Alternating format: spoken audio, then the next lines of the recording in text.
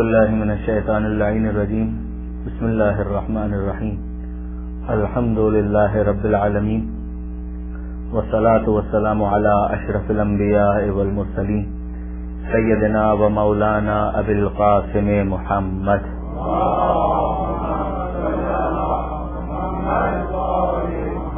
واہل بیتہ الطیبین الطاہرین المعصومین المظلومین المنتجبین المنتخبین المیامین لا سیما علی الامام المنتظر والحجة الثانی عشر واللعنة الدائمة الباقية على أعدائهم أجمعين من يوم ظلمهم إلى قيام يوم الدين.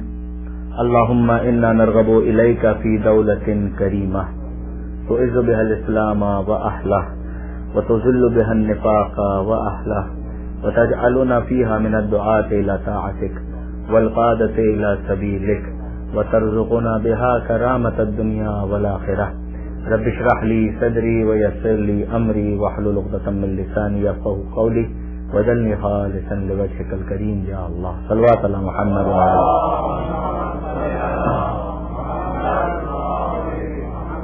أما بعد فقد قال الله سبحانه وتعالى في القرآن الحكيم بسم الله الرحمن الرحيم انظر كيف فضلنا بعضهم على بعض وللآخرة أكبر درجات وأكبر تفضيلا. صلوات على محمد وعلى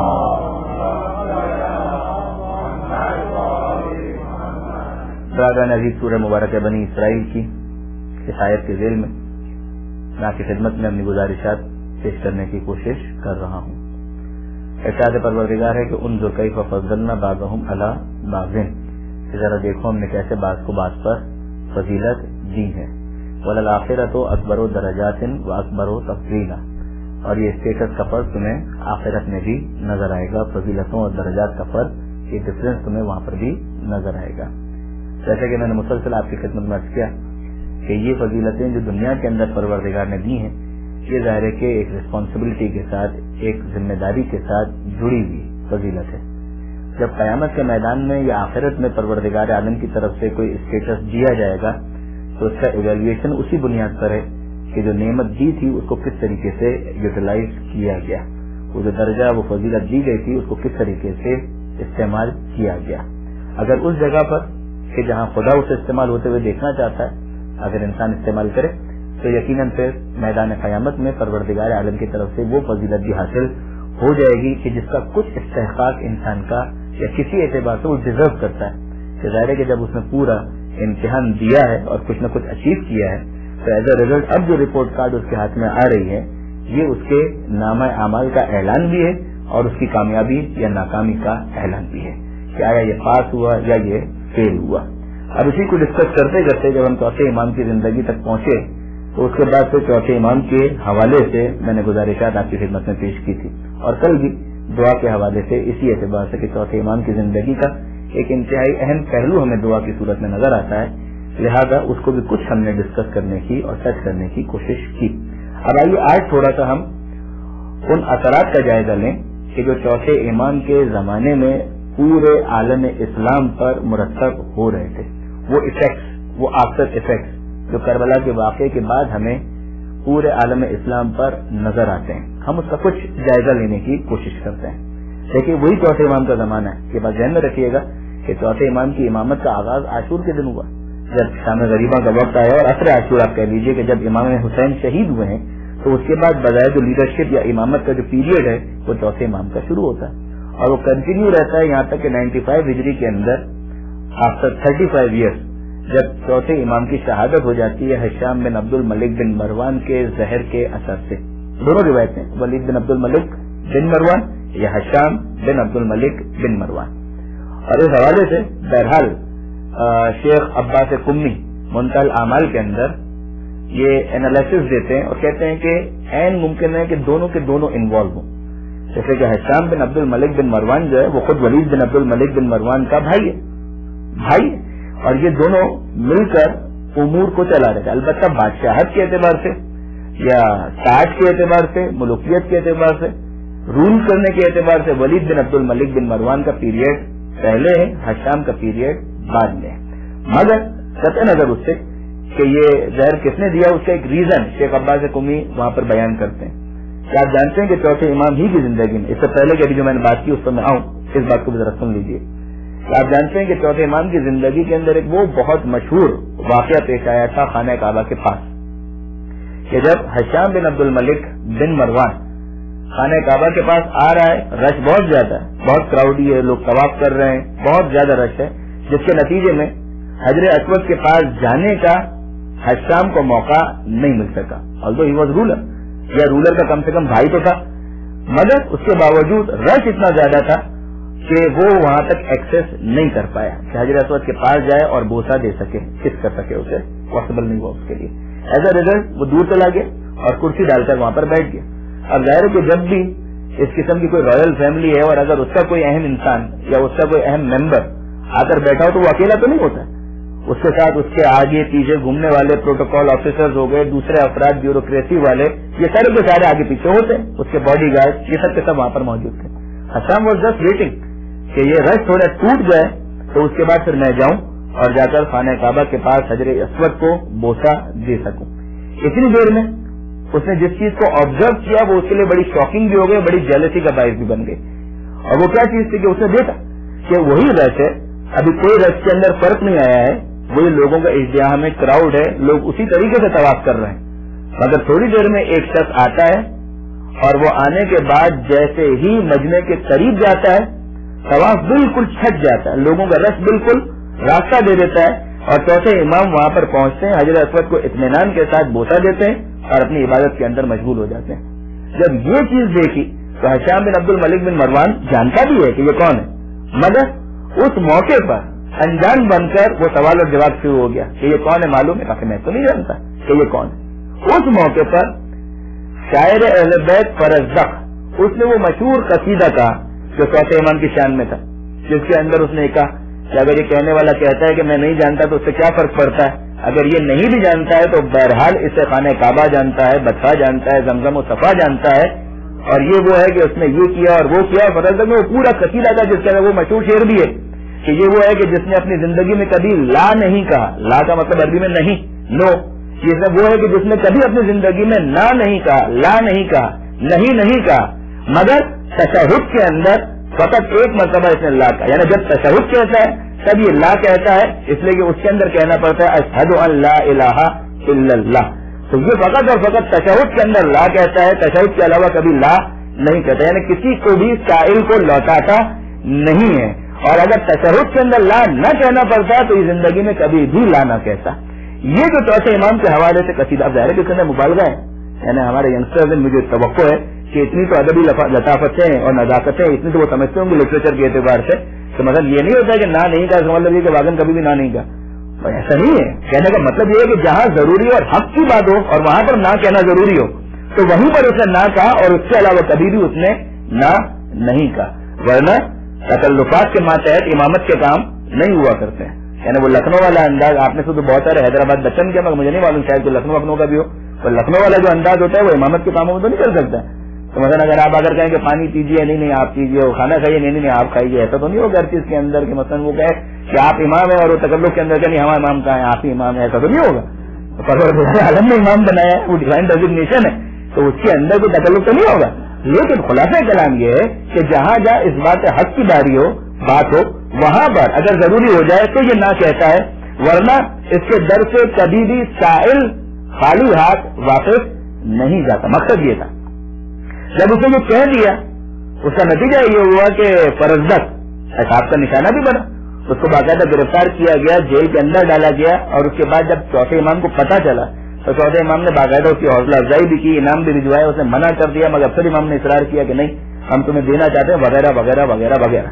شیخ عباس کمی یہ احتیاط فرماتے ہیں منتہی الاعمال کے اندر کہ اس کی وجہ سے ہشام بن عبد الملک اس کے دل میں ایک بغض، ایک کینہ، ایک ہیٹریڈ، ایک اینمٹی وہ ڈیولپ ہو چکی تھی، اور اس کی وجہ سے اس نے زہر دلوانے کا فیصلہ کیا. اب یا براہ راست اس نے یا اس کے کہنے پر اس کے بھائی ولید بن عبد الملک بن مروان نے اس کام کو انجام دیا. ایز اے ریزلٹ زیادہ امکان اس بات کا ہے کہ دونوں کے دونوں اس میں شامل ہوں اور یہ ایک جوائنٹ کانسپریسی ہو کے جو چوتھے امام کے خلاف کی گئی. خط نظر یہ تو بات درمیان میں آ گئی تو میں نے گزارش کر دی، مگر اس میں ایک بہت امپورٹنٹ پوائنٹ جو سمجھنے کا ہے وہ یہ ہے کہ دیکھیے چوتھے امام نے اپنی زندگی میں کربلا کے واقعے کے بعد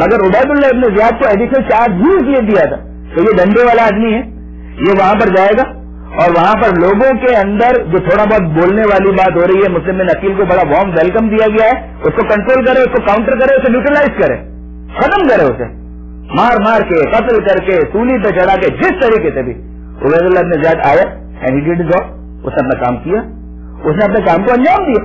لوگوں کے درمیان جو تھوڑا بہت باتیں کرنے کا حوصلہ, گفتگو کرنے کا حوصلہ ہو رہا تھا, ختم کر دیا اس تمام چیزوں کو. اب مجھے بتائیے کہ وہاں پر کیا ہمیں کسی قسم کا کوئی سیریس سپورٹ نظر آتا ہے؟ جناب مسلم بن عقیل اسی کوفہ شہر کے اندر تنہا شہید کر دیے گئے. کہاں وہ 18,000 افراد بیعت کرنے والے, 12,000 ایک روایت کے مطابق, گرتے گرتے سینکڑوں پر 330 تک فیگر پہنچا, 30. الٹیمیٹلی ایٹ دا اینڈ حضرت مسلم بن عقیل واز آل الون. اسی کوفہ شہر کے اندر ان کو مرڈر کر دیا گیا, کوئی پوچھنے والا نہیں تھا.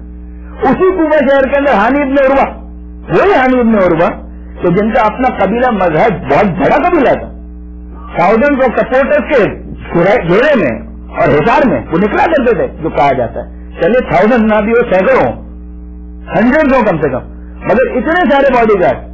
مگر وہی حانی ابن عروہ جناب مسلم بن عقیل کو شیلٹر پرووائڈ کرنے کے جرم میں اسی کوفہ شہر میں پہلے حضرت مسلم بن عقیل کو قتل کیا, اس کے بعد اسی کوفہ شہر میں بازار میں لا کر باقاعدہ حضرت حانی ابن عروہ کو بھی قتل کر دیا گیا, شہید کر دیا گیا. کسی کے اندر کوئی ضرورت نہیں, کسی کے اندر کوئی کریج نہیں ہے کہ وہ کھڑا ہو کر بول سکے کہ یہ کیا ظلم ہو رہا ہے, وہ کھڑا ہو کر بول سکے کہ یہ کیا ناانصافی ہے, کیا انجسٹس ہو رہا ہے, کوئی نہیں بولنے والا. مگر اب آپ دیکھیے یہاں کربلا کا واقعہ ہوتا ہے. کربلا کے واقعے کے بعد یزید اپنے پلان کے تحت کیا چیز سمجھ رہا تھا, وہ سمجھ رہا تھا کہ گویا اب معاملہ ختم ہو گیا. یہ بات یاد رکھیے گا برادران عزیز کہ یزید کے اس جملے کو بہت سرسری طور پہ مت لیجیے گا, بڑا سپرفیشلی. یزید نے یہ کہا تھا کہ لیتا اشیاقی بے بدرین شہدو, کہ کاش میرے بدر کے بزرگان, میرے فور فادر وہ زندہ ہوتے, الائیو ہوتے, جو بدر کے اندر قتل ہو گئے, تو وہ دیکھتے تو میں نے کیسے ان کا بدلہ حسین کے ذریعے سے محمد سے لے لیا, میں نے کیسے بدلہ لے لیا. وہ تو بڑا پرائڈ فیل کر رہا ہے, بڑا پریسٹیجیس, بہت زیادہ فخر کے ساتھ مجھے بات کہہ رہا ہے. اور باقاعدہ اس کے ایک شعر کا ایک مصرع ہے, لقد قضیت تو میں نے رسول دنونی, میں نے رسول سے محمد سے جو میرا قرضہ تھا وہ میں نے وصول کر لیا. ڈونٹ ٹیک اٹ لائٹلی, یہ بہت سیریس ہے, یہ بڑا امپورٹنٹ. اس سے پہلے خود امیر شام ڈھکے چھپے الفاظ میں اس بات کا اظہار کر چکا تھا. یعنی وہ کیا اظہار تھا کہ جب باقاعدہ اسے کسی نے کہا کہ یار بہت ہو گیا, یار ٹو مچ, اتنا ہو گیا, تم نے اتنا ظلم کر لیا, اب بنی ہاشم والے ختم ہو گئے, اب ان کا کوئی یعنی اٹھنے کی ان میں طاقت نہیں ہے, ان میں طاقت نہیں ہے, کچھ بھی نہیں ہے, دے آر فنش. اب تو انہیں بخش دو, اب تو انہیں چھوڑ دو, اب تو ان کے اوپر ظلم ختم کر دو, اب تو یہ قید کرنا, سولی پہ لٹکانا, آنکھ نکال دو, کان کاٹ دو, گردن توڑ دو, یہ سب ختم کرو بھائی, کسی نے کہا. اور اس موقع پر امیر شام یزید کا باپ, اس کے جملے کیا ہیں, اس کے جملے یہ ہیں کہ دیکھو بہت سے آئے اور بہت سے گئے, مگر آج کسی کا کوئی نام لینے والا موجود نہیں ہے. مگر یہ محمد جو ہے نا, آج بھی جب آزان آتی ہے تو آزان کے اندر کہا جاتا ہے اشہد ان محمد رسول اللہ, اور جب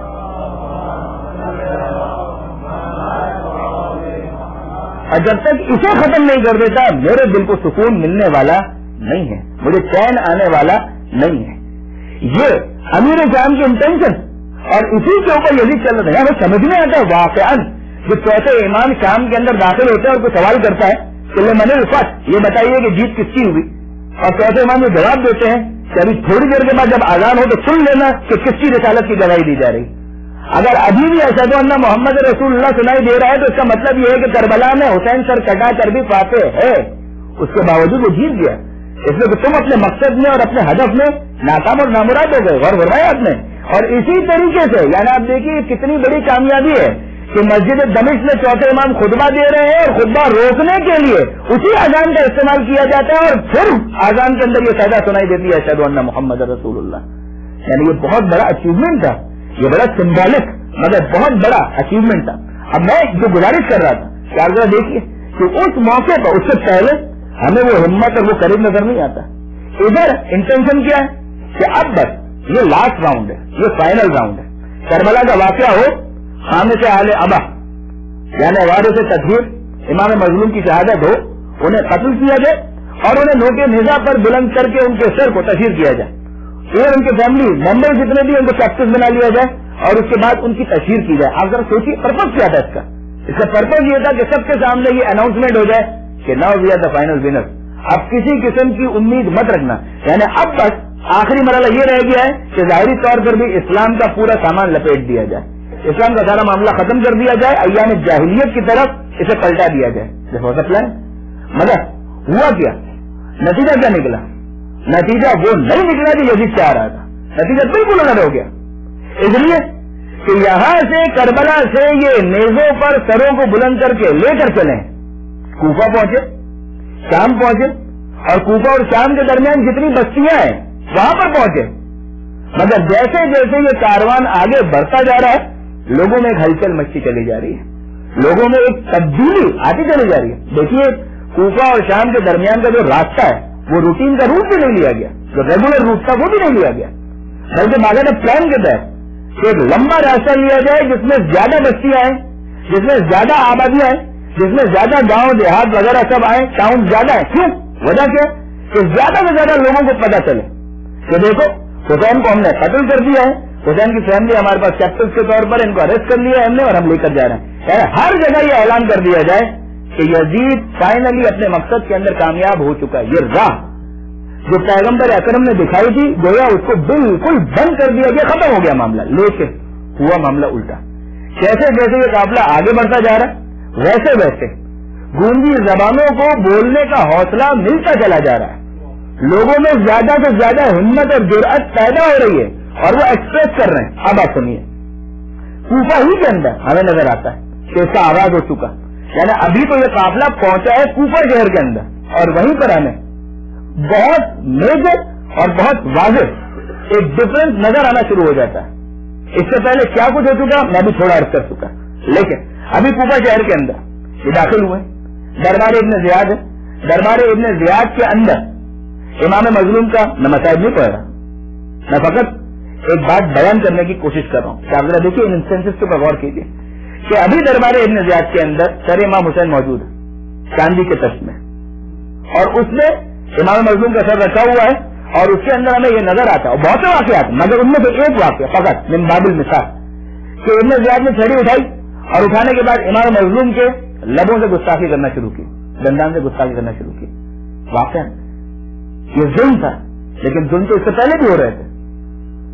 یعنی خود جب امام حسین کا سر کاٹ دیا گیا وہ بڑا ظلم تھا یا یہ بڑا ظلم ہے؟ سر کاٹنا زیادہ بڑا ظلم تھا, مگر وہاں پر کوئی یہ کہنے والا نہیں تھا. مگر یہاں پر آپ ذرا غور فرمائیے کہ اب خون حسین کی تاثیر ہمیں نظر آتی ہے کہ امام مظلوم کے دندان کے ساتھ لبوں کے ساتھ گستاخی کی جا رہی ہے. زید بن ارقم رضی اللہ تعالی عنہ صحابی رسول ہے, یہ رضی اللہ تعالی عنہ کا ٹائٹل پہلے بھی ان کے پاس تھا, اگر پہلے خاموش تھے نہیں بول رہے تھے, ہمت نہیں تھی. مگر یہاں دربار ابن زیاد میں سر حسین کٹا ہوا دیکھا اور اس کے ساتھ یہ گستاخی برداشت نہیں کر سکے, آنسوؤں کے ساتھ چیخنے لگے, بولنے لگے اے ابن زیاد تو کس سے ساتھ یہ گستاخی کر رہا ہے؟ خدا کی قسم میں نے خود دیکھا ہے پیغمبر اکرم کو کہ جھک جھک کر ان لبوں کے بوسے لیا کرتے تھے, انہیں چوما کرتے تھے. اور اس موقع پر ابن زیاد توقع نہیں تھی اسے کہ اس قسم کا کوئی ریشن آ جائے گا, مگر اب یہ ریشن آتا ہے اور اس کے بعد پھر ابن زیاد کی طرف سے جملے آتے ہیں کہ اگر تو بوڑھا نہ ہوتا تو تیری گردن مار دیتا وغیرہ وغیرہ, یہ سارے جملے. مگر ہمیں نظر یہ آتا ہے کہ باقاعدہ ریشن شروع ہو گیا, لوگ بولنے لگے, ان میں ہمت آنے لگی. اس کے بعد یہی عبید اللہ ابن زیاد یہ گیا ہے مسجد کوفہ کے اندر, لوگوں کو جمع کیا ہے, اہل بیت کو بھیج دیا زندان کے اندر, جو ٹیمپریری کوفہ شہر کے اندر اہل بیت کو کچھ عرصے کے لیے رکھا گیا تھا زندان کے اندر, اور پھر ایک خط لکھ دیا صحابہ یزید کے نام کہ بھائی اس طریقے سے میں نے قتل کر دیا اور اریسٹ کر لیا ہے, اب بتاؤ کہ اگلی فردر انسٹرکشن کیا ہیں.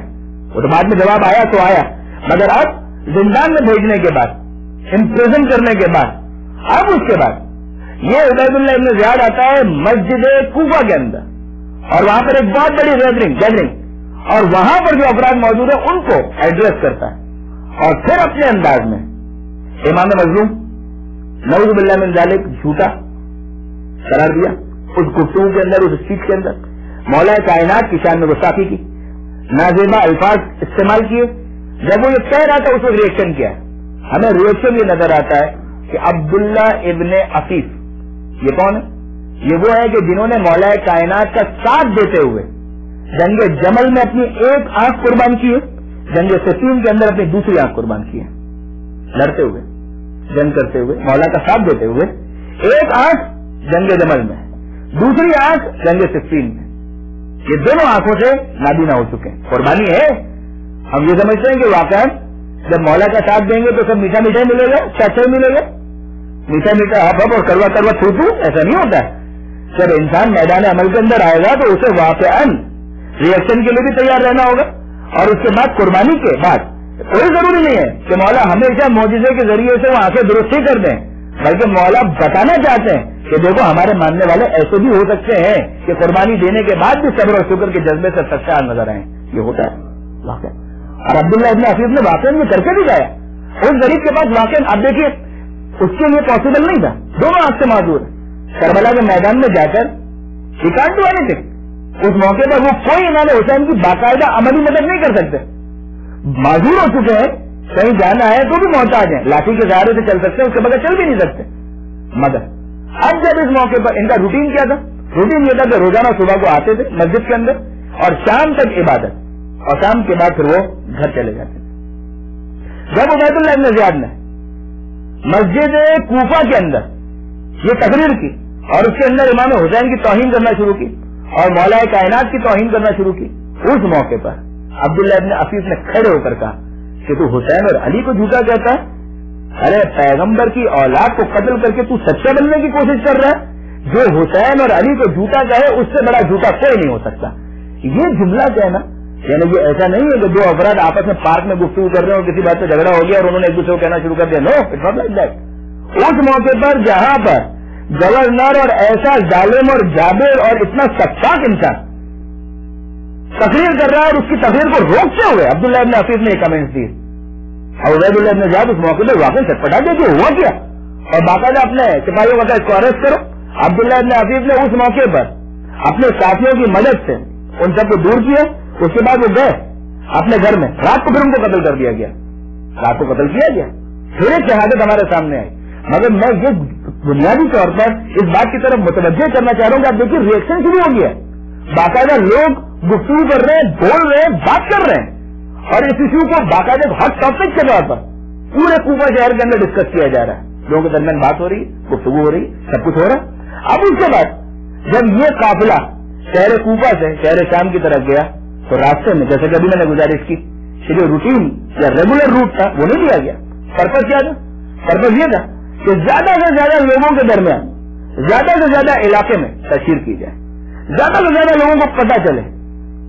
تو کیا کیا گیا کربلا کے اندر، اور ہم نے حسین کو مرڈر کر دیا، قتل کر دیا، اور اس کے گھرانے کو تحقیق کر دیا، اور یہ سارے کے سارے گرفتار کر کے لائے جا رہے ہیں۔ عجیب ہے، ہمیں وہاں پر ریئیکشن نظر آتا ہے۔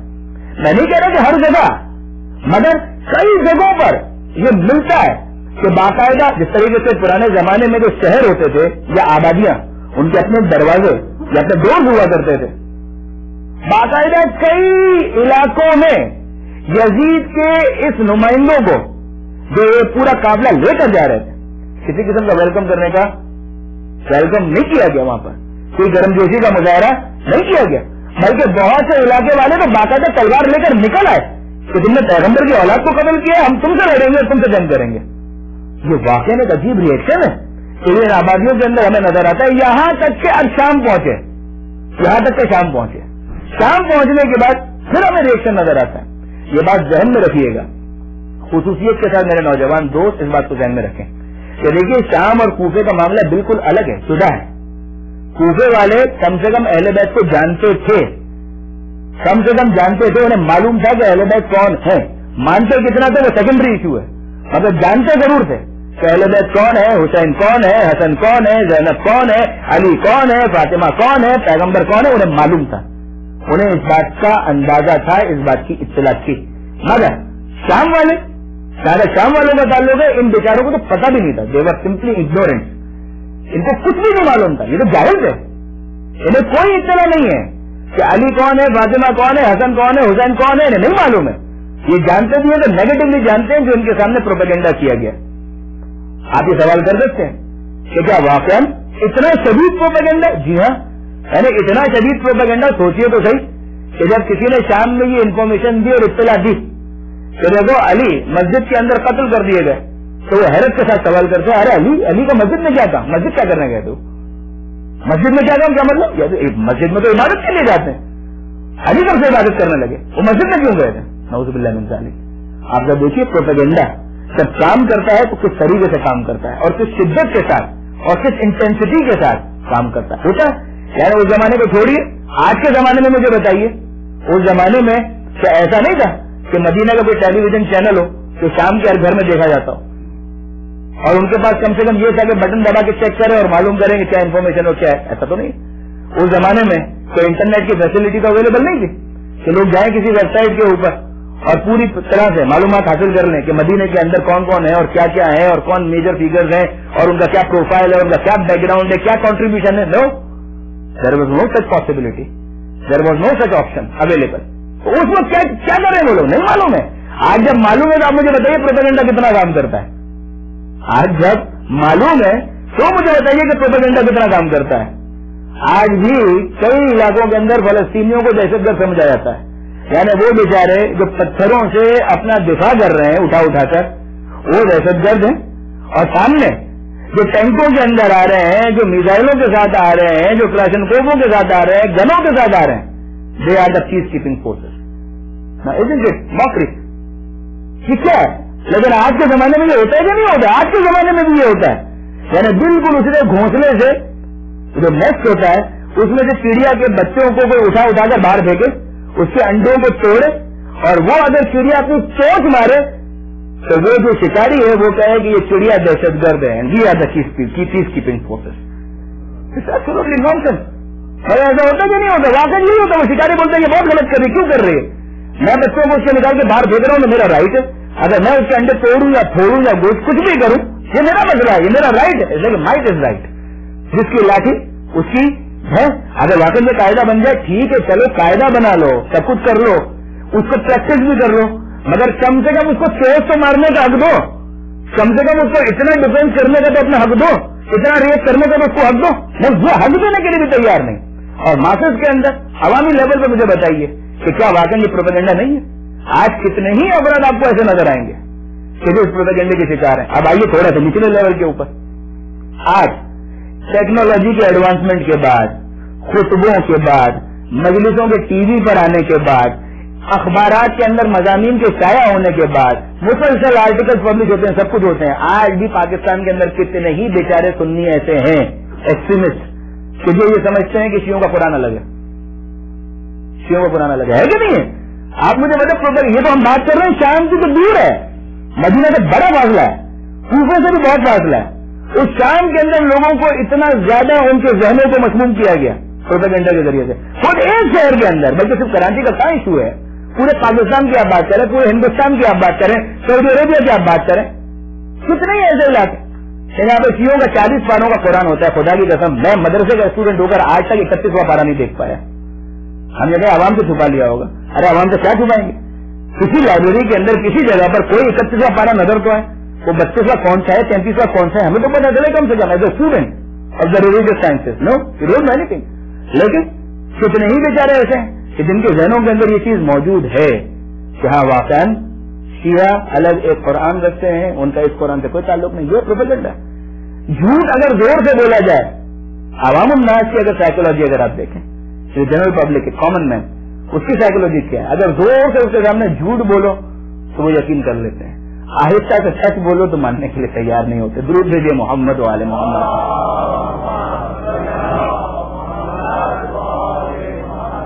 یہ معاملہ بہرحال شام کے رہنے والے واقعی کبھی کبھی تو ایسا لگتا ہے کہ ہمدردی کے مستحق. افسوس ہوتا ہے ان بیچاروں کے حال پر کہ جن کو اتنا زیادہ پروپیگنڈے کے زیر اثر رکھا گیا. اچھا دیکھیے تھوڑا سا اگر اس کے بیک گراؤنڈ پر بھی آپ چلے جائیے. شام پتہ کب ہوا؟ When the Syria was conquered, not in the time of the holy prophet. پیغمبر اکرم کے زمانے میں سیریا فتح نہیں ہوا تھا، بلکہ صحیح معنوں میں جو حکومت اسٹیبلش ہوئی ہے مسلمانوں کی، اسلامی حکومت کہنا تو بہت مشکل ہے اس کو، مسلمانوں کی حکومت وہ جو اسٹیبلش ہوئی ہے وہ دوسری خلافت کے اندر. دوسری خلافت میں شام کے علاقے میں مسلمانوں کی حکومت قائم ہوتی ہے، اور جب قائم ہوتی ہے تو کون سا ورژن ان کے سامنے آتا ہے؟ The very first governor was Yazid bin Abu Sufyan. یہ مسعود یزید نہیں، معاویہ کا بڑا بھائی، وہ وہاں کا گورنر کچھ عرصے وہ رہا. اس کے بعد معاویہ پڑھاؤ میں نہیں ہے، یعنی اس کے بعد اگر آپ ٹوٹل گورنری اور بعد میں جو اس کی حکومت قائم ہوگی فل فلیج، اس تک کو آپ ٹوٹل کریں آلموسٹ 50 ایئرس، 50 سال. 50 سال کے اندر تو 2-3 جنریشن نکل جاتی ہیں، اور وہاں پر وہ مسلسل یہی سن رہے ہیں، وہی ورژن ان کے سامنے ہے. انہیں کچھ نہیں پتا ہے واقعہ اہل بیت کے حوالے سے. نہ انہوں نے جنگ بدر دیکھی ہے، نہ جنگ بدر میں اسلام کا ساتھ دینے والوں کو جانتے ہیں، نہ یہ جانتے ہیں کہ کون اسلام کے خلاف لڑنے آیا تھا، نہ یہ جانتے ہیں کہ کون احد کے میدان سے بھاگا تھا، نہ یہ جانتے ہیں کہ کون احد کے میدان میں ڈٹا ہوا تھا. ان کو کچھ نہیں پتا ہے. انہیں جنگ خیبر کے بارے میں بھی کچھ نہیں پتا ہے، انہیں جنگ خندق کے بارے میں بھی کچھ نہیں پتا ہے، انہیں حنین کے بارے میں بھی کچھ نہیں پتا ہے، فتح مکہ کے بارے میں اڑتی باتیں سنی ہیں، کچھ نہیں معلوم ہے. اب اس کے بعد ان لوگوں کے درمیان جو چیز مشہور کی گئی وہ کیا ہے کہ پیغمبر اکرم کے اگر کلوزسٹ کوئی ہے تو کون ہے؟ وہ بنو امیہ ہے. اگر امیر شام ہے تو وہ کون ہے؟ وہی اہل بیت ہے، وہی اسلام کا رکھوالا ہے، وہی اسلام کا نام لینے والا ہے، وہی اسلام کا پرچارک ہے، وہی اسلام کو پھیلانے والا ہے، وہی اسلام کی پریچنگ کا ذمہ دار ہے، اور کوئی نہیں ہے. ان بیچاروں کے سامنے تو جو پوزیشن اور جو پکچر پیش کی گئی ہے وہ اسی کو لے کر بیٹھے ہوئے کہ ہاں واقعی یہ اس کے اندر اگر دراڑ ڈالی ہے تھوڑی بہت، اگر کچھ دراڑ ڈالنے میں کامیاب ہوئے ہیں تو وہ حضرت ابو ذر غفاری رضی اللہ تعالیٰ عنہ یا علیہ السلام، جو بھی آپ بول لیجیے، ہمارے یہاں تو کوئی ایسی پابندی نہیں ہے کہ فقط رضی اللہ تعالیٰ عنہ ہی بولا جائے. محب اہل بیت اگر ہیں تو واقعہ علیہ السلام ہے، واقعہ ان کے اوپر سلام ہے. حضرت ابو ذر غفاری نے واقعہ بڑا اہم کام.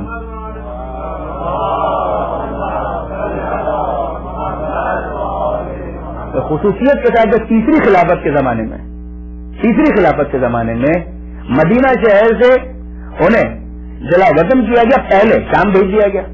شام میں جانے کے بعد امیر شام کے تمام کرتوتوں کے اوپر انگلی اٹھانا شروع کی کہ تم نے کیا کیسر و کسرا والا طریقہ اختیار کیا ہوا ہے. یہ جملہ اس سے پہلے خود حضرت عمر کہہ چکے ہیں کہ انتا کسر العرب، تو عرب کا کسرا بن چکا ہے، مگر ہمت نہیں ہے خود دوسرے خلیفہ کے پاس بھی کہ وہ آگے بڑھ کر روک سکے اور کہیں کہ نہیں یہ کام غلط ہے تو اس کو ترک کرو. جی نہیں، کنٹینیو جو کرنا ہے کرتے رہو. لیکن حضرت ابو ذر غفاری جب گئے وہاں پر کسی آفیشل پوسٹ کے ساتھ نہیں گئے، کسی اتھارٹی کے ساتھ کیپیسٹی نہیں ہے ان کے پاس کہ کسی کے تہوار پہ وہ کچھ بول سکیں. لیکن جب دیکھ رہے ہیں کہ یہ غلط ہو رہا ہے، ہمت اور جرأت اپنے اندر محسوس کرتے ہیں. یہ وہ افراد ہیں کہ جو واقعی پہلے سے ہمت اور جرأت رکھتے تھے. انہوں نے وہاں پر جا کر احقاق الحق کیا ہے، امر بالمعروف اور نہی عن المنکر کا حق ادا کیا ہے، اور اس کے بعد پھر واپس ان کو بھیجا گیا مدینہ ہم شام سے. اور جب واپس مدینہ آئے تو پھر ربضہ جلا وطن کر دیا گیا، اور ربضہ میں جب جلا وطن کر دیا گیا تو وہیں پر قسمہ پرسی کے عالم میں ان کا انتقال ہوا. یہ حضرت ابو ذر غفاری جو صحابی رسول تھے اور اہم ترین صحابی تھے، معمولی صحابی نہیں تھے، مگر ان کے ساتھ بھی یہ ہوا. انہوں نے شام کے اندر جا کر کچھ اویئرنیس پیدا کرنے کی کوشش کی اپنے لمیٹڈ کیپیسٹی کے اندر، مگر کیا کام کرنے کی کوشش کی، مگر وہ جو اتنا آرگنائز پروپیگنڈا ہو رہا تھا اس کے مقابلے میں یہ کوئی بہت زیادہ افیکٹو ایفرٹ ہم نہیں کہہ سکتے. لیکن بہرحال اپنی کوشش کی انہوں نے. اس کے بعد جو صحیح معنوں میں ہمیں نظر آتا ہے کہ دراڑیں ڈال دی بلکہ ختم کر دیا، ایک ریولیوشن آ گیا. یہ کام اگر کیا ہے تو واقعا اہل حرم کے اس قافلے نے کیا ہے کہ جیسے شام میں قیدی بنا کر لایا گیا تھا. اب یہ شام والے ان کی کیفیت کیا ہے؟ شام کو تو سجایا جا رہا ہے، باب الساعات کے پاس باقاعدہ اہل حرم کو تو ٹھہرا دیا گیا کہ انتظار کرو، ابھی شہر سج رہا ہے، تو شہر سج جائے گا تو اس کے بعد شہر کے اندر داخل کیا جائے گا. کئی گھنٹے ان بیویوں کو شام کے باہر کھڑا رہنا پڑا، شہر دمشق کے باہر کھڑا رہنا پڑا، اور وہ انتظار کر رہے ہیں کہ بھئی یہ شہر کی آئینہ بندی ہو جائے، شہر کو ڈیکوریٹ کر لیا جائے. جب یہ پورے انتظامات اور اہتمامات مکمل ہو جائیں گے تو اس کے بعد لے جایا جائے گا، اور اس کے بعد لے جایا گیا. لوگ تانے دے رہے ہیں، آوازیں کس رہے ہیں، ان لوگوں کو تو معلوم بھی نہیں ہے. باقاعدہ نفرت کا اظہار ہے، تمام تر چیزیں ہو رہی ہیں. مگر اس موقع پر جب کسی شخص نے کہا چوتھے امام کو مخاطب کر کے کہ خدا کا شکر ہے کہ اس نے تمہیں نعوذ باللہ من ذالک تمہارے مردوں کو قتل کیا اور تم سے دنیا کو ختم کیا، اور تمہیں ختم کرنے کے بعد دنیا کو صاف کر دیا، اور نعوذ باللہ من ذالک اس کے نتیجے میں امن و امان بحال ہو گیا اور یہ ہو گیا اور وہ ہو گیا. جب یہ وہ بات کر رہا تھا کون؟ وہی بوڑھا وہی بوڑھا، وہ شیخ جس کو نہیں پتا ہے، اس کو کچھ نہیں پتا ہے، اس موقع پر چوتھے امام جانتے ہیں جس کو نہیں معلوم ہے نا، ہاتھوں میں ہتھکڑیاں ہیں، نو ڈاؤٹ، پیروں میں بیڑیاں ہیں، صحیح بات ہے، واقعی چوکے خاردار ہے، مگر دیکھیے چوتھے امام کا کام کہ چوتھے امام اس موقع پر بھی یہ جملہ ارشاد فرماتے ہیں فقرات القرآن، اے شیخ کیا تو نے قرآن پڑھا ہے؟ یہ منصب امامت کہ کئی پر بدلنا بازوں والا بازن فضیلت دی ہے، بغیر وجہ کے نہیں دی ہے، اگر امام بنایا ہے تو بغیر وجہ کے نہیں بنایا ہے، خدا جسے امام بناتا ہے جانتا ہے کہ جسے امام بنانا چاہیے، خدا اگر کسی کو رسول بناتا ہے تو معلوم ہے کہ اسے رسول بنانا چاہیے، اللہ عالم حیث یجعل رسالتہ، کہ خدا بہتر جانتا ہے کہ اپنا عہدہ کس کو قرار دے، کس کو دے، کیا چوتھے امام کو دیا؟ چوتھے امام نے حق ادا کیا ہے آنسوؤں کے ساتھ، مگر تبلیغ سے غافل نہیں ہے، اپنے مشن سے غافل نہیں ہے، اس موقع آپ قرأت القرآن، ایسے کیا تم نے قرآن پڑھا ہے؟ ہاں قرآن پڑھا ہے، مگر تم کیوں پوچھ رہے ہو؟ کیا قرآن کے اندر یہ آیت پڑھی ہے قل لا اسألکم علیہ اجرا الا المودۃ فی القربى، کیا بھی کہہ دیجئے کہ میں کوئی اجر نہیں چاہتا سوائے یہ کہ میرے قرابت داروں سے محبت اختیار کی جائے، مودت کی جائے، کہا کہ ہاں یہ آیت بھی پڑھی ہے مگر تم کیوں پوچھ رہے ہو؟ کہا کہ واقعی جن کے بارے میں یہ آیت نازل ہوئی ہے وہ قرابت دار کوئی اور نہیں ہے، ہم ہی ہیں کہ جن کی محبت کا حکم دیا گیا ہے۔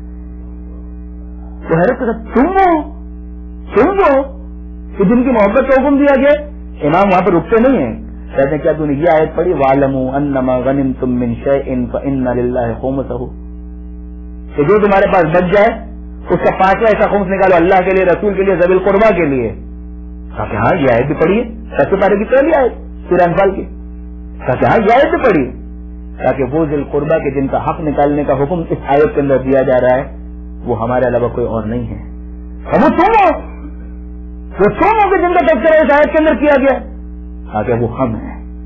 اس کے بعد امام فرماتے ہیں کیا تو نے قرآن کی یہ آیت پڑھی؟ سورہ احزاب 33واں سورہ 33ویں آیت کا درمیان کا حصہ، انما یرید اللہ لیذھب عنکم الرجس اہل البیت ویطہرکم تطہیرا۔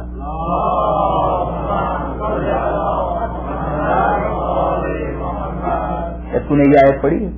کہا کہ ہاں یہ آیت بھی پڑھی ہے، تاکہ وہ اہل بیت کے جن سے ہر رزق کو دور رکھا گیا ہے اور پاک و پاکیزہ قرار دیا گیا ہے وہ کوئی اور نہیں ہے، وہ ہم ہے کہ جن کی پاکیزگی اور طہارت کا اعلان اس آیت کے اندر کیا گیا۔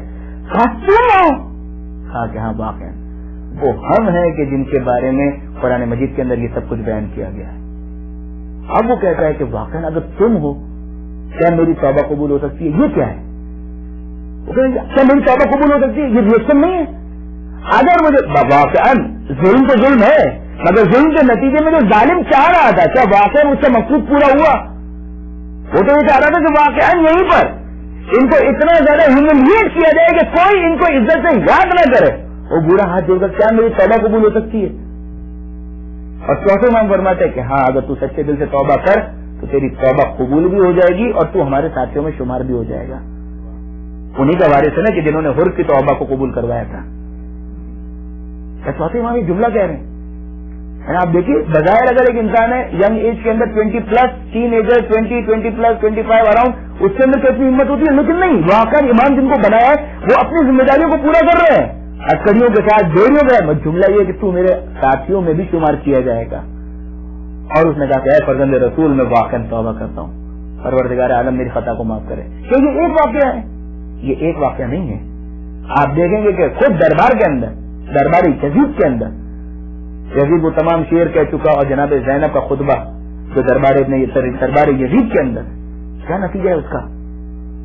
یزید سمجھ میں نہیں آ رہا ہے کہ اپنے ایکس کو کیسے جسٹیفائی کرے، اور پھر آ کر اللہ کے اوپر ڈال رہا۔ ابن زیاد بھی یہی کام یزید نے کیا۔ اللہ نے تمہیں ذلیل کیا، نعوذ باللہ من ذالک۔ اللہ جسے چاہے عزت دے، اللہ جسے چاہے ذلیل کرے، نعوذ باللہ من ذالک۔ شاید پڑھیے یزید نے، اگر واقعا وارث قرآن کو چھوڑ کر قرآن سے تمسک کیا جائے تو یہ عالم ہوگا۔ بعد وہ کہتے ہیں اللہم مالک الملک تؤتی الملک من تشاء وتنزع الملک ممن تشاء وتعز من تشاء وتذل من تشاء بیدک الخیر۔ یہ قرآن کیا ہے کہ مالک الملک اللہ ہے، جسے چاہے اپنا ملک عطا کرے، جسے چاہے عزت دے، جسے چاہے ذلت دے، اسی کے پاس سارا خیر موجود ہے۔ مطلب کیا یزید کا؟ مطلب یہ ہے کہ اللہ نے تمہیں ذلیل کیا نعوذ باللہ اور مجھے عزت دی۔ عجیب ہے، واقعا عجیب ہے۔ قرآن مجید کی آیتوں کے ساتھ یہ مذاق، قرآن مجید کی آیتوں کے ساتھ واقعا یہ کھیل تماشا اور ڈرامہ۔ قرآن مجید کی آیتوں کی تفسیر بالرائے کے ذریعے سے اس کے معنی کو مت کر کے رکھ دینا. یعنی اس کا مطلب کیا ہے؟ اس کا مطلب یہ کہ خدا نے موسیٰ علیہ السلام کو نعوذ باللہ ذلیل کیا اور فرعون کو عزت دی. اس کا مطلب کیا ہے کہ خدا نے ابراہیم علیہ السلام کو نعوذ باللہ ذلیل کیا اور نمرود کو عزت دی. اس کا مطلب کیا ہے کہ نعوذ باللہ من ذالک جب تک قارون کے پاس دولت اور پیسہ موجود تھا پروردگار عالم نے قارون کو عزت دی تھی؟ قطعاً نہیں. جناب زینب نے اپنے خطبے کے اندر دیکھیے کاؤنٹر کیا ہے. یعنی اس سے پہلے قیام والے تو یہ انداز اس کے سننے کے عادی نہیں تھے. جناب زینب سامنے کہتی ہیں لا يحسبن الذين كفروا انما نملي لهم خيرا لانفسهم انما نملي لهم ليزدادوا اثما. تو جو کہہ رہا ہے وہ غلط ہے. قرآن کے اندر پروردگار عالم نے جو آیت تیرے لیے گئی ہے وہ یہ ہے کہ لا يحسبن الذين كفروا کہ کافر ہرگز گمان نہ کریں کہ انما نملي لهم خيرا لانفسهم کہ جو ہم نے انہیں مہلت دی ہے وہ ان کے لیے اچھا ہے. انما نملي لهم ليزدادوا اثما. مہلت اسی لیے ہے کہ جتنے انہیں گناہ کرنے کر لیں اس کے بعد جب خدا کی پکڑ آئے گی تو بچ کے جا نہیں سکیں گے. آپ نے غور فرمایا جناب زنا پر مہلت تجھے دی گئی اور تو نے اس مہلت کے بارے میں یہ سمجھ لیا کہ تجھے عزت دی گئی ہے. یہ کہاں سے معیار بن گیا کہ اگر پروردگار عالم نے مہلت دی ہے تو اس مہلت کا نتیجہ یہ ہے کہ خدا نے اسے عزت دی ہے؟ کوئی یہ معیار نہیں ہے. قطعاً یہ معیار نہیں ہے. اگر آپ کے ذہن میں ہم یہی تو بات کر رہے تھے کہ اگر کسی کے پاس مال ہے تو امتحان ہے, اگر کسی کے پاس اقتدار ہے تو امتحان ہے, اگر کسی نے اپنے اقتدار کو مس یوز کیا ہے تو وہ ایک امتحان تک اسے ناکام ہو گیا. اگر اقتدار کا حق ہی نہیں تھا تو اقتدار کی مسنت پر آنا خود سب سے بڑا امتحان کے اندر ناکامی کا ثبوت بن جاتا ہے. اگر کوئی امام نہیں ہے اور وہ دعویٰ امامت کرے وہ کیا کر رہا ہے؟ وہ ایک ایسا دعویٰ کر رہا ہے کہ جو غلط ہے. مسلمہ کذاب نے دعویٰ نبوت کر ڈالا, غلط دعویٰ کیا. جب غلط دعویٰ کیا اس کا مطلب کیا ہے؟ عزت نہیں دی خدا نے اس کو. کچھ ماننے والے فالوورز اس کے بھی بن گئے. مرزا غلام احمد قادیانی دعویٰ رسالت کر ڈالا, جسٹیفائڈ نہیں ہے لیکن کر ڈالے تو کیا یہ مطلب ہے کہ اگر اس کے اتنے ماننے والے ہو گئے اس کا مطلب یہ خدا نے اس کو بڑی عزت دے دی. نعوذ باللہ من ذالک. یہ کہاں سے معیار آیا؟ لیکن نہیں, جب ذہنوں کے اندر شعور اتنا بلند نہ ہو, سپرفیشلی چیزوں کو دیکھا جا رہا ہو, پروپیگنڈا مشینری اپنا پورا کام کر رہی ہو اور حاکم ایک بات کہہ رہا ہوں تو محکوم کے لیے واقعا پھر اس کے بعد اس کی بات کو کاؤنٹر کرنا اتنا آسان نہیں ہوتا. یہ واقعا جناب زینب کا وہ خطبہ تھا کہ جس کے اندر یزید کے سامنے باقاعدہ اس کو ایکسپوز کیا گیا. اسی دربار یزید کے اندر ہمیں نظر آتا ہے, اسی دربار یزید کے اندر لوگوں کو نہیں معلوم ہے. ایک شخص کھڑا ہوتا کہتا حبلی ہاذہ الجاریہ نعوذ باللہ من ذالک, کیا یزید یہ کنیز مجھے بخش دے. یہ کیا ہے؟ یہ جسارت ہے, یہ ہیوملیشن ہے, نو ڈاؤٹ. یہ ظلم ہے, مگر اس ظلم کے پیچھے جو مقصد تھا وہ کامیاب نہیں ہو سکتا. اسے حبلی ہاذہ الجاریہ اے یزید یہ کنیز مجھے بخش دے. شاید جناب فاطمہ کبریٰ کے بارے میں یا جناب سکینہ امام مظلوم کی دو بیٹیوں میں سے کسی ایک بیٹی کی طرف اشارہ کر کے کہہ رہا ہے. یہ خود اشارہ کرنا یہ چھوٹا ظلم نہیں ہے, مگر اس کے بعد یہ جملہ کہنا کہ یہ کنیز مجھے بخش دے, ابھی حاضر جاریہ اسے مجھے میری کنیز ہی میں دے دے. نعوذ باللہ من ذالک. وہ بچی آ کر جناب زینب سے لپٹ گئی کہ پھوپھی اماں قیدی تو بنایا گیا کہ کنیزی بھی کروائی جائے گی, کہ ہمیں کنیز بنایا جائے گا. اور جناب زینب اس بڑے دربار میں کہ جس میں 2, 5, 10 افراد نہیں پورا دربار بھرا ہوا ہے, اس دربار کے اندر یزید کو مخاطب کر کے کہتی ہیں کہ نہ اس شخص میں یہ ہمت ہے نہ یزید میں یہ ہمت ہے کہ تجھے کنیزی میں دے سکے کسی کے.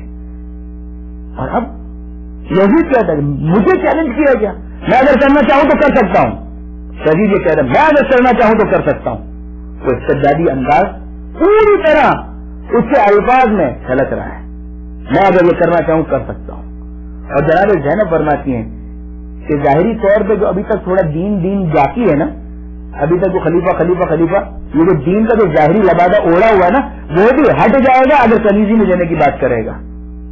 اور اس کے بعد یہ کہتا ہے یزید کہ دین سے نکلے ہوئے تم تھے, تمہارے بھائی تھے, تمہارے باپ تھے. جناب زینب فرماتی ہیں میرے باپ اور میرے جد ہی کا دین قبول کر کے بظاہر تو اور تیرے اجداد مسلمان ہوئے ہیں. اگر بظاہر اسے بھی ختم کر دیا تمہارے دین کا پتہ کیا ہے, تمہارا دین کیسے باقی رہے گا؟ کوئی دین باقی نہیں رہے گا, دین ہے ہی نہیں. ظاہری طور پر بھی جو ختم, کچھ باقی نہیں رہے گا. اب اس موقع پر وہ واپس اصرار کرتا ہے, واپس کہتا ہے کہ یزید مجھے یہ کنیز دے دے, اسے میری کنیزی میں دے دے. اور اس موقع پر یزید بھی اس کو کہتا ہے کہ چپ ہو جائے. وہ کہتے ہیں ہے کون؟ تاکہ یہ رسول کی نواسیاں ہیں, یہ رسول کی اولاد ہیں, یہ رسول کی اولاد ہے.